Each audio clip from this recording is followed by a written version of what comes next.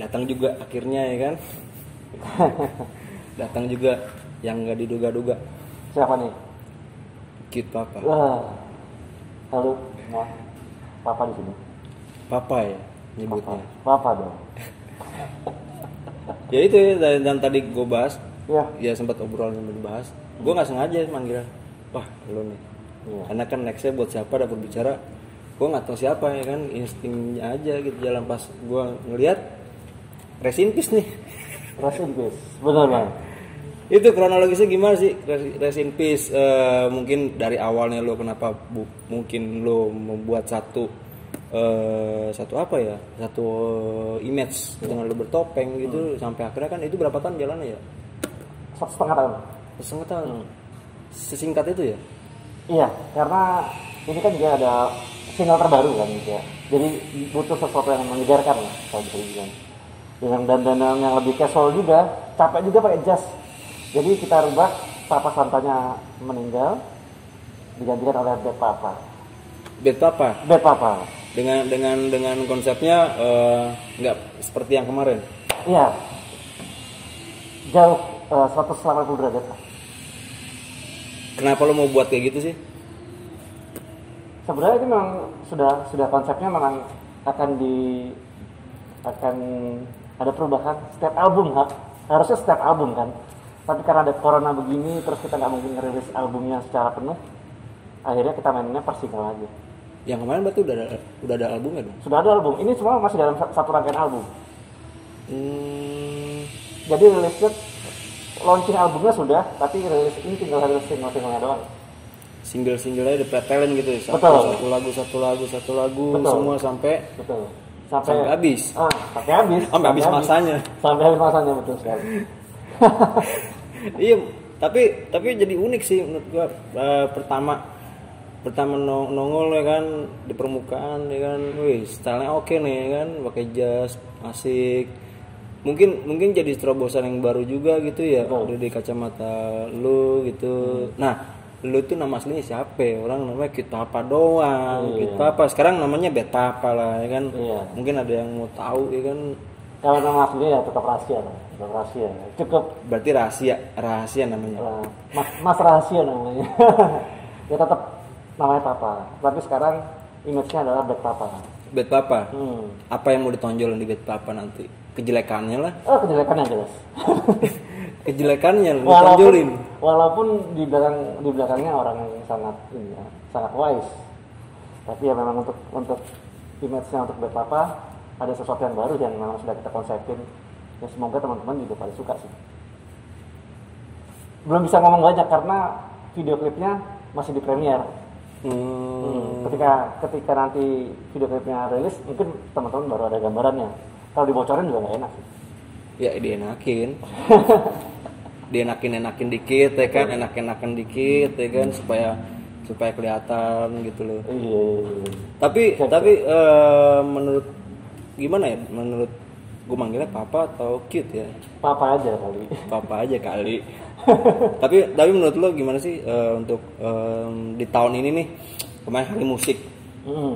Hari musik apa sih yang lo harapin? Ada sih yang kemarin nanya sama gue, gimana mas manajer satu band nanya tentang harapan gue. Ya gue sih lihat aja lah dengan situasi kayak begini, dengan masa pandemi, dengan pergantian yang banyak dan banyak melahirkan musisi sebenarnya. Oke, menarik loh. Banyak melahirkan musisi musisi kamar maksudnya. Iya, dari segi kita dari segi positifnya ya, walaupun segi negatif memang parah gitu loh. Segi negatifnya semua nggak bisa ada melahirkan sesuatu, nggak bisa menghasilkan sesuatu juga, terutama untuk kantong-kantong mereka gitu. Karena menurut gue bisa melahirkan dan sudah. Tapi menurut lo sendiri gimana tuh hari musik nasional dengan kayak begini gitu situasinya, dari pandangan lo dengan zaman yang semua serba digital? Kan menurut Papa sih memang ini sebuah tantangan buat kita semua. Bagaimana menyikapinya ini, bagaimana kita harus berdamai dengan teknologi, bagaimana kita berdamai dengan sosial media, semuanya kita harus ikutin. Jadi ya memang Papa sendiri sudah ketika awal pandemi sudah mulai merambah ke TikTok, ke yang nggak bisa dipungkiri. Lu joget dong. Untungnya enggak, main gitar, tetap main gitar. Jadi konten-konten gitar di-share ke TikTok juga. Ya mau nggak mau kita harus beradaptasi sih akhirnya. Karena ya kita nggak bisa mengkiri, karena kita nggak bisa manggung, ya kita harus cari terobosan lain. Kemudian bikin kita punya waktu untuk memikirkan banyak hal sih akhirnya. Bagaimana cara kita berkreasi pada akhirnya ya, yang walaupun belum bisa diterapkan ke off air, tapi sementara kita harus memindahkan medianya ke online semua. Gitu sih. Tapi gimana kalau misalnya ada musisi yang memang belum bisa beradaptasi dengan teknologi? Ini menarik, karena memang ada batasan usia tertentu yang memang yang nggak bisa dipungkiri. Papa juga termasuk generasi yang dibilang muda enggak, dibilang tua juga enggak. Jadi di generasi sandwich yang seperti ini, yang terhimpit ini, yang memang PR-nya harus beradaptasi. Sedangkan ya tapi mau nggak mau kita harus beradaptasi sih memang, bagaimanapun. Karena ya dalam kehidupan manusia itu memang harus beradaptasi. Tinggal bagaimana, apakah kita harus pelan atau lambat, itu aja sih. Berarti apa bisa buat ke depan lebih bagus ya? Yang menariknya ya memang selalu ada dua sisi kan, antara positif atau negatif, atau ya bisa dibilang selalu ada kekurangannya, tapi bisa jadi kita bisa ngambil kelebihannya dalam kondisi yang mungkin tidak terlalu menguntungkan untuk sebagian orang. Tapi untuk penghasilan yang didapat dari teknologi sendiri di Papas gimana? Udah ngerasain belum? Nah bedanya adalah memang kami Papa dan satu tim, memang kami tidak mencari uang dari sini intinya. Maksudnya kita bukan mengkreat bisnis benar dari sini, tapi kita ada income yang lain. Jadi mungkin diuntungkannya di situ. Ini sebagai salah satu media untuk tetap berkreasi, mengaplikasikan. Betul. Jadi ya sumber dana kami yang lain bisa kami alihkan ke sini. Jadi kalau untuk dibilang terpengaruh apa enggak, ya tidak terpengaruh sih sebenarnya. Cuma secara job of air-nya ya jelas sangat. Itu tidak bisa dipungkiri. Jadi yang biasanya ada tambahan, Sekarang minus tambahan. sekarang 0 jadinya. 0 tambahan minus tambahan semua ya kan? Iya betul gitu lah. Tapi untuk lo bermain gitar dengan yang sekarang ini gitu, dari awal itu apa sih kesulitannya ketika lo manggung nih selama 1,5 tahun lah ngebentuk Kid Papa gitu? Kesulitannya apa sih selain lo pakai topeng? Kesulitannya paling di awal-awal doang sih, ya bagaimana beradaptasi dengan pemilihan ini lapisnya ini, itu aja. Lebih ke kan biasa kita latihannya di rumah atau di studio, kita bareng-bareng nggak pakai topeng, terus tiba-tiba harus pakai topeng, ya beradaptasi itu aja. Terus sama kan ada sudut matanya yang nggak terlalu kelihatan, ya harus diadaptasi sama topengnya, harus kita riset terus gimana caranya biar tetap nyaman. Jadi ini loh, jadi brand image sih ya. Apa ini? Topeng yang ngejual merchandise dari Ya, yang lo merchandise pik itu mungkin jadi tambahan juga ya. Lumayan. Cuma ya tidak bisa dimungkiri, ya tetap semuanya lebih baik off air sih. Sampai gitarnya juga mantep tuh, gitarnya punya produk sendiri kan. Ya, kalau ada yang support, terus kita bisa customize. Ya udah, karena ya kita harus kolaborasi sih memang. Kalau enggak, kita tetap berupaya kesendirian banget, nggak bakal bisa. Kita harus berkolaborasi. Makanya saat ini juga Papa juga berkolaborasi dengan Dapper Letter juga. Kalau nggak ada Dapper Letter ya apalah Papa kan. Saja. Paling nggak berarti berarti planning sekarang di tahun 2021 dengan Bad Papa. Bad Papa, betul. Bad Papa berarti unsur kejelekan yang akan ditonjolkan oleh Papa itu apa? Dari fashion atau dari apa sih? Ini gue bingung di Bad Papa. Secara garis besarnya sih, secara keseluruhan sih, maksudnya nanti teman-teman bisa lihat Karena untuk kontennya sendiri papa udah kelar syutingnya, nanti tinggal lihat, oh ini tuh yang dimaksud. Kalau mau diceritain nggak seru. Berarti udah memang udah mengkonsep ya dengan lu nanti akan mengubur kita apa. Berarti udah mikir ya untuk kedepannya nih. Berarti biar apa berapa tahun? Iya. Berapa tahun kita apa gitu dari ininya dari jalannya. Betul. Alur ceritanya sudah kami bikin sih. Keren juga berarti director dong. Itu menderek ya. Cuma nggak bisa dipikir itu memang gara-gara corona sih akhirnya punya banyak waktu untuk memikirkan segala hal gitu. Kalau enggak ya kita stagnan ya bingung juga kan mas. Apa yang mau dilakukan? Tapi tetap sama MC Gel. MC Gel masih. Iya.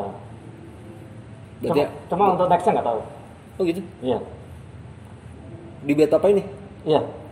Ya nanti tunggu kejutannya aja. karena asik tuh, maksudnya gini, dengan MC Girl tuh dia rapper, ya kan? Bagus lah untuk bisa menggandeng gitu loh. Dari segi dia juga sosok yang memang asik gitu buat dari segi, karena gue gini, gue ngeliat sekarang musisi-musisi tuh gue cari regenerasi. Ibaratnya walaupun MC Girl orang lama, tapi kan muncul di publiknya itu mungkin bisa dibilang ketinggalan ya, atau mungkin momennya nggak dapet gitu loh. Ya. Karena basicnya dia penyanyi biasa kan? Iya, penyanyi biasa, tapi ketika diaplikasikan di kita asik gitu loh, dan memang oke gitu loh. Karena kan itu sih sebenarnya yang gue harapin nanti di lu sih bisa memang nih ada kita ada MC Gel gitu, pikiran gue gitu loh, karena di situ udah kebentuk nih. ngebentuk tatanannya nih di awal nih. Formasinya udah. Iya, formasinya udah. Lo kalau sama ini pasti sama MC Gel. Ya gue nggak tahu ya kan buat kedepannya lo sama siapa. Berarti baik lagi di skenario-nya lo udah buat gitu. Lo udah buat di belakangnya dengan seperti apa gitu. Ya kurang lebih seperti itu. Label sendiri berarti dari awal. Iya, Papa Records. Papa Records. Sampai sekarang juga berarti nggak ada kerja sama yang lain gitu. Ya, enggak, sejauh ini nggak ada sih. Digital? Kalau ya paling cuma untuk publishernya doang. Kita kerja sama iBit. Karena orang-orangnya kan teman-teman lama juga, teman-teman anak-anak Elemen kan. Oh ya, Adit. Mas Arya sama Mas Adit ya. Jadi ya udah. Daripada mikirin gitu kan, yang penting secara rekordsnya tetap Papa Records. Tapi lu pernah manggung di event yang terbesar nggak dengan yang kita apa ini ya? Walaupun gue juga nggak tahu lu di belakangnya itu lu punya band apa enggak gitu, dengan si MC Gel punya band atau enggak, pencapaian yang paling tertinggi lah, terbesar ketika lo main itu di mana gitu loh. Jadi ibaratnya kita apa nih, momentum yang paling besarnya yang paling lu dapat apa sih gitu loh, dengan apakah itu manggung terbesar, mungkin di Bad Papa akan capai lagi yang naik levelnya gitu loh, ya kan? Ada nggak di kita apa sendiri? Kalau selama ini kalau sama kita sama MC Gel, formasi sama MC Gel ya. Maksudnya kita kan biasa main di beberapa pensi doang. Maksudnya secara pensi kan kita tahu tatanannya ya kurang lebih seperti itu. Tapi kalau buat Papa yang menarik adalah ketika Papa ngitarin Tuan 13 waktu itu. Ya, di sebuah acara di Senayan tuh. Jadi acaranya off-air. Dan di situ Papa banyak belajar sih dari teman-teman WSW semua kan Tuan 13 masuk ke dalam atau dia membuat sebuah manajemen namanya WSW.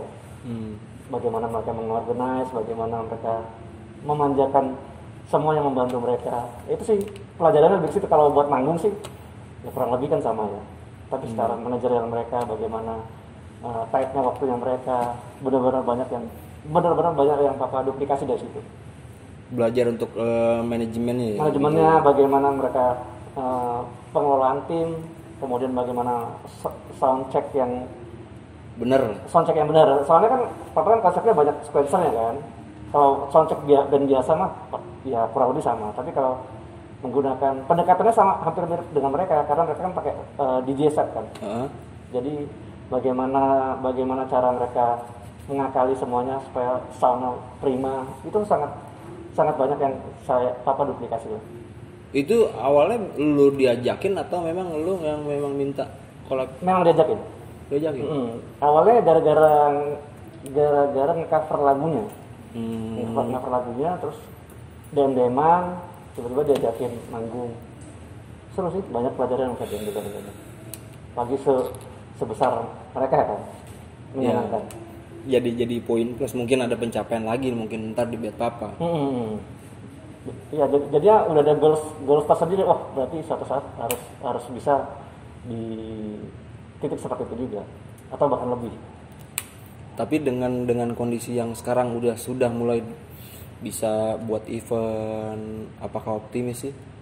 Apakah memang ya udah kita ikutin gitu dengan protokolnya, karena kan memang sekarang event-event kan udah mulai dibolehkan itu menyenangkan sekali ya kan, Hari Musik Nasional, karena memang ada sentuhan dari teman-teman juga yang memang akhirnya ya kan terrealisasikan juga, walaupun memang ada tahap-tahapnya gitu. Gimana sih pandangan lu untuk ya nggak tahu lah ini pandemi ini konspirasi atau apa gitu seperti apa, gue juga bingung gitu loh. Benar, satu dunia sih yang bingung ya akhirnya. Tapi menurut Papa ini sebuah angin segar ya. Jadi kita memang harus, ya kalau kita nggak berpikir positif ya siapa lagi kan. Ya udah, semoga bisa jadi angin segar. Kemudian kita juga akhirnya bisa memberikan beberapa hal yang sudah kita pikirkan waktu pandemi itu, kita aplikasikan ke offline. Akhirnya, semoga juga. Ya semoga sih, banyak yang kekurangan juga gitu. Betul. Kita jadi ruang geraknya untuk berkreasi juga susah. Benar. Dan semoga ya ada percontohan dulu sih, mungkin di Indonesia kita harus butuh contoh yang manggung yang gede banget ya. Mungkin Slank atau Dewa bikin konser dulu. Kalau mereka jalan, yang di bawahnya pasti jalan tuh kayaknya. Ya lu nggak bikin virtual konser nggak bikin? Enggak, kalau konser virtual kan maksudnya itu cuma ya virtual biasa, tapi untuk di konser beneran. Berarti lo ngarepin di situ? Iya, harus ada senior kita yang bukain duluan lah itu. Oh, yang bukain dulu baru masuk. Iya, habis itu kan kita bisa masuk. Seperti dulu kan ada patokannya kalau Raisa bikin konser di September 2020 semua bisa jalan tuh. Tapi ternyata Raisa lebih memilih untuk mengembalikan dananya. Ya berarti memang harus ada yang gede untuk sebagai pembuka pintunya aja. Setelah itu kan sponsor juga pasti, oh kemarin bisa nih, berarti bisa nih. Patokan ya, jadi satu patokan. Sama juga pun misalnya event ya, berarti harus ada event besar dulu ya? Iya, sepertinya sih harus begitu. Maksudnya secara level yang kecil juga nggak ada salahnya tetap bergerak, tapi kalau ada yang gede ngebuka, mungkin akan lebih memperingan jalan kita sih. Menurut Papa sih seperti itu ya. Dibukain jalannya lah, gitu loh. Harus ada yang buka jalan supaya kita jalannya lebih enak ngebabat alasnya kalau ada sebuah kendaraan yang besar kan, dibandingkan kita sendirian terpisah-pisah. Iya kan pasti lebih besar. Tapi kalau ada traktor yang gede yang benar-benar udah existing dan ada dana yang gede, enak tuh ngebukain jalan. Nah kita bisa ngikutin itu sih secara analoginya. Tapi di Indonesia tuh sebenarnya butuh satu ikonik nggak sih sebenarnya untuk di generasi sekarang ini? Karena gue kemarin sempat baca gitu artikel kayak musik rock tuh susah sebenarnya dengan bisa ngedobrak industrinya gitu, karena yang gue lihat kan udah jadi gitu dia. Sekarang udah tinggal metik doang. Tapi kan PR-nya itu adalah ketika di zaman sekarang itu kita harus ada sosok membuat karakter itu penting nggak sih, maksudnya buat ngedobrak satu yang baru gitu loh. Penting. Karakter baru yang bisa orang tuh ngegubris gitu loh. Iya. Ya nggak bisa dipungkir sih, memang harus ada setiap masa pasti selalu ada yang ngedobrak ya. Tapi itu menurut analisa Papa. Jadi kayak seperti awal-awal ketika musik yang major yang sangat menguasai, terus tiba-tiba datanglah beberapa orang lama dengan beberapa orang muka lama tapi dengan band baru yang gitarisnya pakai batik, terus tiba-tiba ngerubah semua tatanan jadi semua musik indie dari Bekasi bisa naik semua.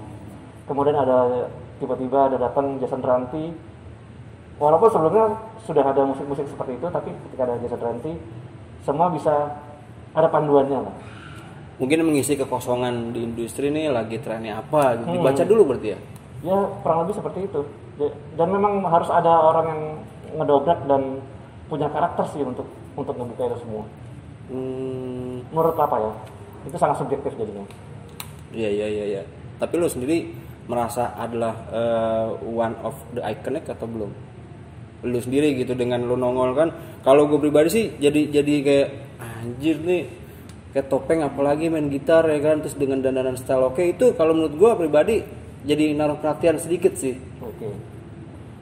Kalau untuk menganalisa diri sendiri agak susah sih sebenarnya.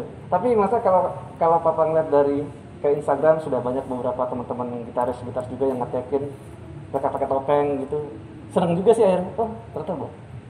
Jadi berdampak ya? Mereka mainnya bagus-bagus ya. Oke lah.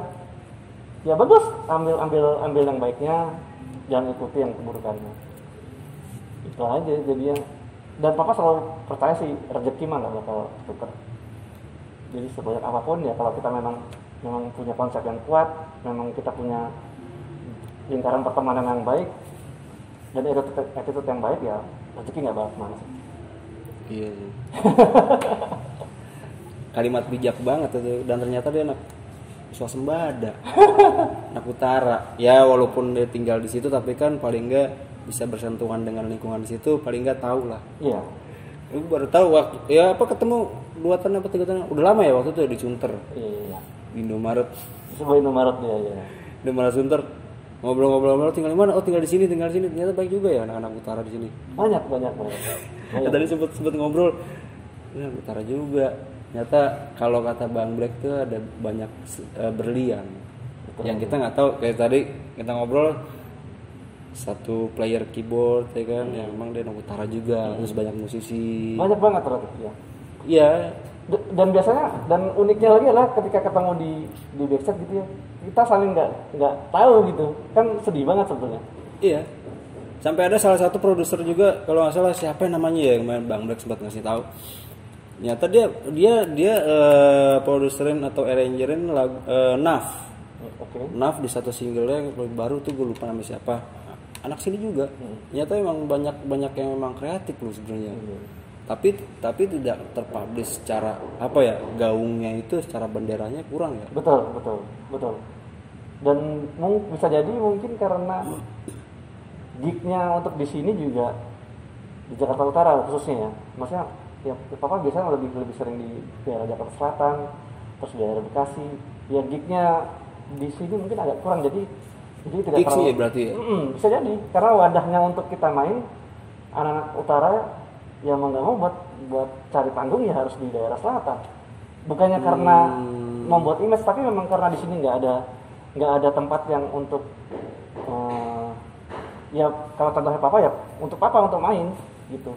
Bahkan waktu itu papa sempat diundang oleh komunitas gitaris Tanjung Priok, dan papa baru tahu ada soccer. Baru tahu, iya. Dan ternyata mainnya keren-keren. Dan kok ini teman-teman gitaris ini benar-benar baru. Dan papa benar-benar nggak kenal. Dan itu gitar Priok community ya kalau nggak salah. Iya. Dan menyenangkan. Wah ada ya ternyata jago-jago, menyenangin. Karena kan kita biasanya teman-temannya sama gitaris yang daerah selatan, bukan karena milih. Iya. Tapi karena kita nggak tahu, di sini ada juga. Iya. Dan komunitas cukup gede, acara juga lumayan gede tuh. Dan kemarin sempat di satu studio di Gading, sempat ngobrol sama jaga studio, dan kalau nggak salah ngobrol sama satu ketua klubnya. Oke. Nama siapa lupa gue. Oh gitu apa ya, dia tahu. Oh pernah main di Soccer Station. Iya di Soccer Station. Oh iya. Itu seru. Itu namanya apaan? Gitar Priok Community. Oh iya, itu ada ya, gue lihat. Oh iya, pernah ada. Iya menarik sekali. Dan rame. Itunya juga penontonnya asik. Tenan-tenannya juga waktu itu rame. Iya. Dan ada. Harusnya ini bisa lebih gede lagi. Nggak kalah sama yang selatan sih. Iya. Cuma karena tidak terekspos. Gitu. Tidak terekspos, dan memang budayanya kali ya, kulturnya kali ya, yang mungkin sedikit agak dirubah ya. Bisa jadi ya. Tapi nggak tahu juga lah. Ya itu memang jadi gue kaget gitu loh dengan ketemu lo, terus ketemu beberapa, dan ternyata memang ya itu Bang Black bilang ada banyak berlian di sini di utara, yang memang mereka bisa disejajarkan dengan musisi-musisi yang lumayan, yang ada nama. Karena kan kita tahu mereka dari sini, ternyata ya paling nggak ada kebanggaan tersendiri loh, dari sini loh kita ada yang tergabung, ya lu juga satu kebanggaan juga ya kan, bisa lumayan lah menjadi satu ikonik baru yang diikutin banyak orang dengan topengnya, walaupun topeng itu hal yang mungkin menurut gue bukannya hal yang baru gitu loh, cuman ada menciptakan satu image baru gitu dengan topeng, tapi apa gitu dengan topengnya itu sendiri dimodifikasi atau apa, keren sih, kreatif. Dan Papa berharap sih, maksudnya sekarang kan lagi kejayaannya, nggak bisa dipungkiri, sekarang lagi kejayaannya untuk apalagi di musik independen kan ada Bekasi Pride, ada Bola Suara, ada India, ada Fish dan lain-lain kan. Kapan gitu Jakarta Utara Pride gitu ya, itu seru kayaknya, band-band keren dari Jakarta Utara. Dan memang banyak yang keren, banyak, cuma belum gitu aja kan. Belum ketemu bomnya. Iya. Ntar lah kita bikin bomnya. Maksudnya secara geografis juga Bekasi kan panas tuh, panas. Iya. Daerahnya dirinya kurang lebih, bahkan lebih enak di sini dibandingkan di Bekasi kan. Maksudnya kenapa mereka yang lebih ini? Antusiasnya banyak ya. Iya. Orang secara skill anak-anak utara juga ya. Kalau Papa ngeliatnya dari gitaris aja, kalau gitarisnya udah begini berarti pasti bandnya kurang lebih skillnya kurang lebih sama kan. Bagus kok, kemampuan mainnya bagus, buat lagu juga bagus, tapi kok kita kalah sama Bekasi Pride ya itu PR kita bersama sih. Ya PR buat kita semua sih, sama nah dari kitanya juga yang harus bisa melakukan sesuatu untuk kesana sih. Betul banyak banget, ada kayak Last Goal Party, ada jadi kan band keren. Iya. Cuma yang lebih ke sounding mereka dari selatan kan, kesannya selatan, padahal anak sini juga. Mungkin itu PR kita loh. Iya. PR kita buat ngangkat jadi untuk tujuan bersama kita. Sebenarnya yang satu misi gue dengan Bang Black, yang memang di sini kan tempatnya emang ngumpulin semua komunitas, jadi wadahnya buat bisa berkreasi, ya bisa memunculkan sesuatu yang baru gitu, atau sesuatu yang memang bisa ditatan dengan baik supaya kedepannya lebih enak, lebih asik, dan jadi ini loh ada kebanggaan tersendiri gitu. Makanya belakangan ini gue ternyata gue baru tahu ini ini. Iya. Dan jujur aja Papa juga baru tahu band-band apa dan musisi apa yang dari utara. Iya. Baru tahu tadi. Gue juga diceritain tadi apa Bang beberapa nama besar. Oh iya. Mind blowing banget. Dan itu sebenarnya harusnya dia udah layak sih, harusnya utara sih naik ke perempuan. Udah. Karena keren-keren. Tinggal bersatunya aja. Tinggal nunggu kebersatuannya kita, sama ya dari kitanya juga harus mau buat bisa bareng-bareng lah. Betul. The last word from Bad Papa. Oke. Untuk yang nonton apa? Ini cukup susah ya karena di kondisi yang seperti ini dan apa yang bisa kata? Ya mungkin klise, selalu berkreasi, bikin sesuatu yang baru, karena sesuatu yang berbeda jauh lebih baik daripada yang lebih baik kan ya. Boleh juga. Jadi kalau kita secara analoginya, kalau sebagai musisi mungkin, atau gitaris saja deh yang lebih gampang, kita main lebih jago, misalnya kita suka Dream Theater, misalnya kita ngikutin Dream Theater, mainnya lebih jago dan genre terus juga kita tidak bakal dikenal, tapi bikin sesuatu yang unik aja gitu. Mungkin itu sih sedih. Dan yang jelas selalu support karya teman-teman indie ataupun yang ya pokoknya yang dalam masih di Indonesia harus disupport. Itu aja sih. Oke. Thank you. Terima kasih atas kesempatannya. Bad Papa. Berarti ini pertama kalinya Bad Papa nongol nih. Bad Papa dan ya pokoknya kalau video klipnya belum rilis. Iya sih, tapi nggak apa-apa lah ya kan, Bad Papa seru. Menjelang Bad Papa ya kan, di balik kepergiannya Bad Papa yang meninggal, walaupun meninggal ini komennya sedih ya, gue nggak sedih. Gue nggak sedih, cuman ya udah gue ketawa aja ya kan. Tapi keren juga sih kejadian terakhir. Thank you. Terima kasih. Dapur Letter.